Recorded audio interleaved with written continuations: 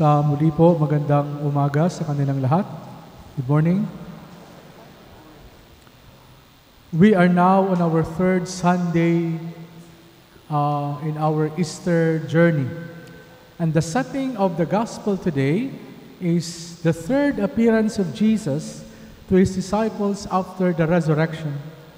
This also happened in the same place where most of them were called, in Galilee, in Lake Tiberias. Tatlong bagay po ang gusto kong pagnilayan po natin ngayon. Unang-una po, first, God gives us always the opportunity to redeem ourselves. Remember that Peter and his companions abandoned Jesus during his suffering and his crucifixion. But despite leaving him in his most vulnerable moment, the Lord gave them another chance to redeem themselves and to outdo their fear of the past. Hindi po mahalaga kay Jesus ang nakalipas. Yung mahalaga, yung kasalukuyan at yung atin pong hinaharap.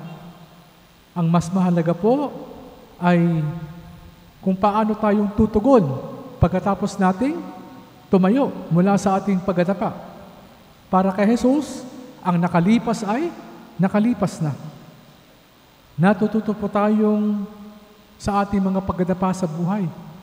Pero kailangan po na matuto rin po tayong bumangon at isabuhay yung ating natutunan mula sa ating mga pagdadapa. Like Peter and his companions, we must not let go of the many chances, the many opportunities the Lord is giving us. He doesn't expect us to do anything extraordinary. Why? Because the Lord knows our limits. Alam ng Diyos yung ating kahinaan. Alam ng Diyos hanggang saan lang tayo. Kaya hindi natin kailangang magpakitang gilas sa Panginoon. He just wants us to value our friendship with Him just the way He values His friendship with us. All of us, my dear friends, by baptism, we bear the name of Jesus. Araw-araw po, hindi lang natin dinadala ang pangalan ni Jesus. Kakabitin po nito ang responsibilidad at dignidad bilang mga Kristiyano. And this leads me to my second point. And what is that? That like Peter and the rest of the apostles, we are also missioned by the Lord to be fishers of men. The job of proclaiming the good news is not just the work of the clergy and the religious. Lahat po ng binyagan, lahat tayong nandito ngayon ay may responsibilidad, may katungkulan na ipahayag ang mabuting balita. Pero sa iba't ibang paraan. For example, kami mga pari at mga religyoso, usually, we do the preaching in the pulpit. Dito po sa pulpito. Pero kayo po, you can do your preaching in the pulpit of your life. Ibig sabihin, sa pang-araw-araw na pamumuhay na meron kayo, halimbawa, bilang mga magulang. Responsibilidad po ninyo, unang-una, na itagudan ang inyong pamilya at palakihin ang inyong mga anak sa Kristiyanong tradisyon, sa Kristiyanong pamamaraan. In that way, you are true to your vocation as mothers and fathers.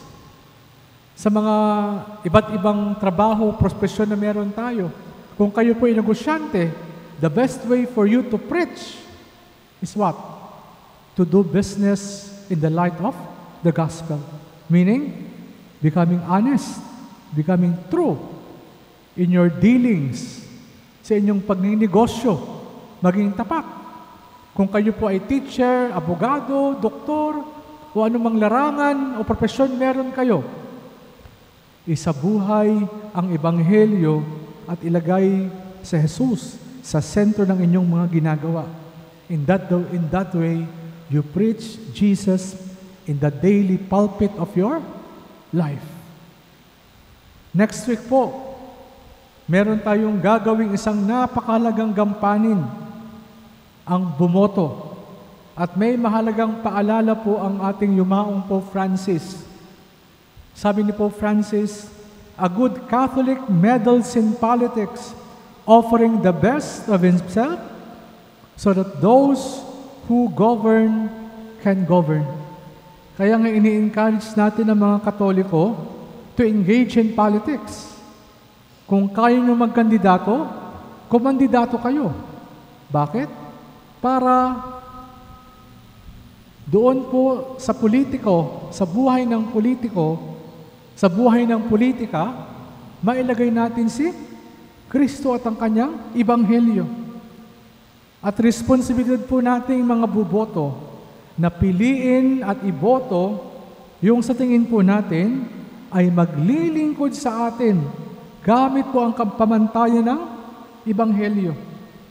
Yung talagang totoong maglilingkod at may kakayahang maglingkod. Hindi po yung magnanakaw. Hindi yung sikat lang. Dahil kinamayan ka lang. Dahil nginitian mo lang o nginitian ka lang, iboboto mo na. Ngayon nakangiti yan. Tingnan natin pag nanalo kung kikilalanin ka pa. Yung iboboto natin, hindi yung balimbing o walang panindigan. Hindi yung sinangaling o yung allergic sa katotohanan. Sa atin po mga mumunting paraan, nawa po patuloy na magningas yung hangarin natin na magsilbing pastol at tagagabay sa bawat isa. Again, remember, all of us are called to be shepherds to one another. So we carry out this mission with sincerity and, if I may add, with a sense of urgency. Why the sense of urgency? Ito po, isang bahagi lang po ito ng malaking problema ng ating bansa. Just a few days ago, may pinalabas pong pag-aaral. Ayon po sa pag-aaral, about 19 million of our fresh graduates from senior high school marunong magbasa, pero hindi marunong umintindi ng kanilang binabasa. Yes, they can read, but they cannot comprehend what they're reading. Maswerte nga lang kung marunong sila magbasa. Na hindi daw marunong sa mga simple mathematical problems. Di ba, trabaho ito ng DepEd? But for the last 2 years, saan nag-focus ang DepEd? Doon sa confidential funds. Isa lang po yan sa malalang problema ng ating bansa. And I say, we must take this with a sense of urgency. Why? These, my dear friends, these are 19 million. 5-10 years from now, sila po ay mga nagtatrabaho na, sila may mga asawa na, may mga anak. Anong uring mamamayan meron tayo kapag sila po ay hindi marunong magbasa, hindi nakakaunawa ng kanilang binabasa, hindi marunong sa simple mathematical problems. Again, we carry out our mission with sincerity and with a sense of urgency, especially in this coming election.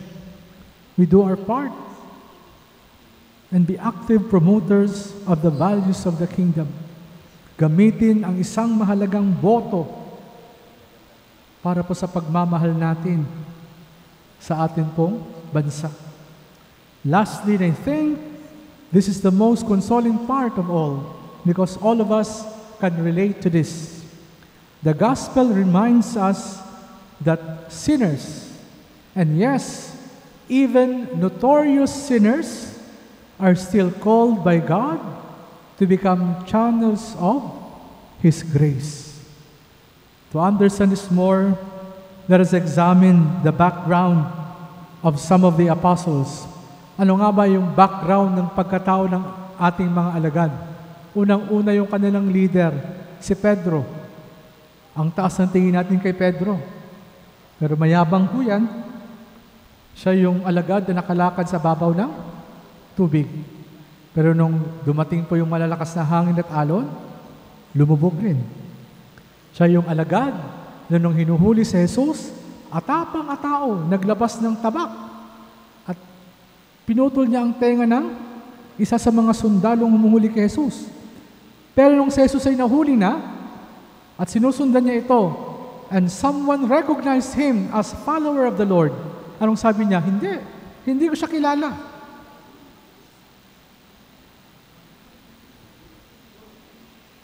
We also have Matthew, tax collector.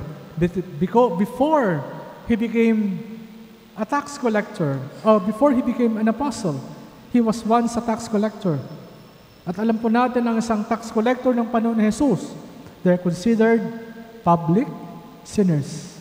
One of the most corrupt individual in the time of Jesus. We have James and John, ang mga anak ni Zebedeo, ambisyoso. Remember in the one episode of the gospel, ang kanyang nanay nag-request kay Jesus na kung siya ay nakaluklok na sa kanyang trono, he requested that his two sons be seated, one on the right and the other on the left. And this has stirred controversy among the apostles. Ito po ay nagdulot ng inggitan sa mga alagad. And of course, yung bida na sa ating Ebanghelyo last Sunday, the doubting Thomas. The doubting Thomas. Walang tiwala sa salita ni Jesus. The apostles we consider as a foundation of the church have flawed humanity. Yet, despite their transgression, Jesus chose them. Why? Because at one point in their life, they experienced authentic conversion. Hinayaan po nila na mabihag sila, mabighani sila ng pagmamahal ng Panginoon. Kaya po sa kabila ng kanilang kahinaan at pagkadapa, sila pa rin po ay ginamit ng Panginoon upang maging daluyan ng kanyang habag at biyaya. And same is the invitation to all of us. Huwag po tayong magsawang magbalik loob. Huwag po tayong matakot na lumapit sa Panginoon kasi kahit gaano kalalim yung sugat ng ating pagkatao, ang Diyos lamang po ang siyang makapaghilom niyan. And hopefully, through our healed wounds, we can become channels of His mercy and His hope and His grace to others. Towards the end of the gospel, Jesus asked Peter 3 times, "Do you love me?" This is a symbolic restoration of the relationship between Jesus and Peter when he denied his master 3 times. At sa mga tanong po namang ito, unti-unti pong pinaalala ni Jesus yung lalim ng kanyang pagtitiwala at pagmamahal kay Pedro. Jesus knew very well that Peter loved him, but he also knew that because of the scandal of the cross, this love has been compromised. So as a way of strengthening this love and reminding Peter of his commitment, he asked this very personal question of fidelity and love. Katulad po ni Pedro, muli rin po tayong tinatanong ni Jesus ngayon. Jose, Belen, Tam, Jojo, o anumang pangalan ninyo, do you love me? Jesus is asking you, do you love me? And what will be your answer? Anong isasagot nyo? Perhaps, like Peter, you will also answer, "Yes, Lord, you know that I love you." Alam niyo naman po yan. Pero may kasabihan po tayo, madali pong sabihin, pero mahirap gawin. Kaya nga po hingin po natin ang biyaya na sana po tulungan tayo ng Panginoon na maisabuhay at mapangatawanan yung sinasabi nating pagmamahal natin sa Kanya. We can only be effective evangelizers, communicators of the gospel, if we are deeply rooted in the love of God. May we learn to recognize the presence of Jesus in our everyday experience. Sa kaginhawaan man yan, o sa mga pagsubok at mga paghihirap, nawa parati nating makita sa Jesus. So that like John the Beloved, when we have recognized the Lord, we can also proclaim with bold faith and conviction, it is the Lord. It is the Lord. Amen.